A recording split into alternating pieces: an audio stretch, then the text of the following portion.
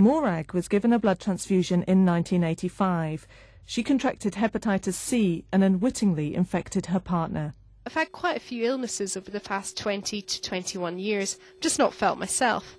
I don't know what was wrong, and anyway, I suffer from high blood pressure. My doctor wanted me to go into a second tablet to keep that low. In order to do this, because it was a new drug, they had to take blood tests, which they did for 4 months, in case it would damage any of my organs. And basically the blood tests came back with liver abnormalities all the time. My doctors couldn't understand why. I couldn't. And then after 4 months, I was called in and told I had hepatitis C. Changed my whole life.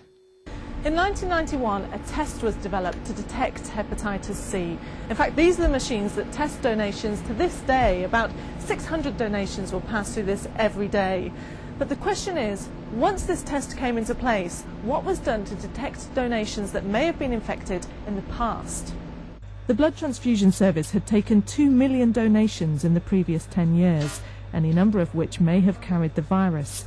If a donor tested positive after 1991, the service went back and checked earlier donations and who might have received them. Doing more, they say, was impossible.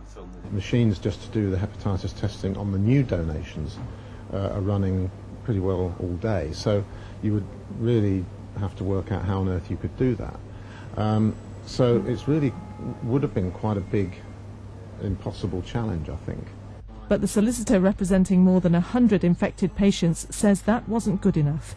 He's obtained documents which he says prove that instead of putting their energy into tracing patients, the head of the blood service was bickering with colleagues over when testing should begin. You would have expected them to go back through all the donors who'd given blood and test them, or even test some of them, or you might expect them to go back and look at the blood products that are on the shelf and the blood supply that's on the shelf, and also get in touch with recipients who had of transfusions or blood products. It seems to me that none of that was done. The risk of getting hepatitis C from a blood transfusion now is 1 in 20 million. But questions remain over actions of the past and calls remain for a public inquiry.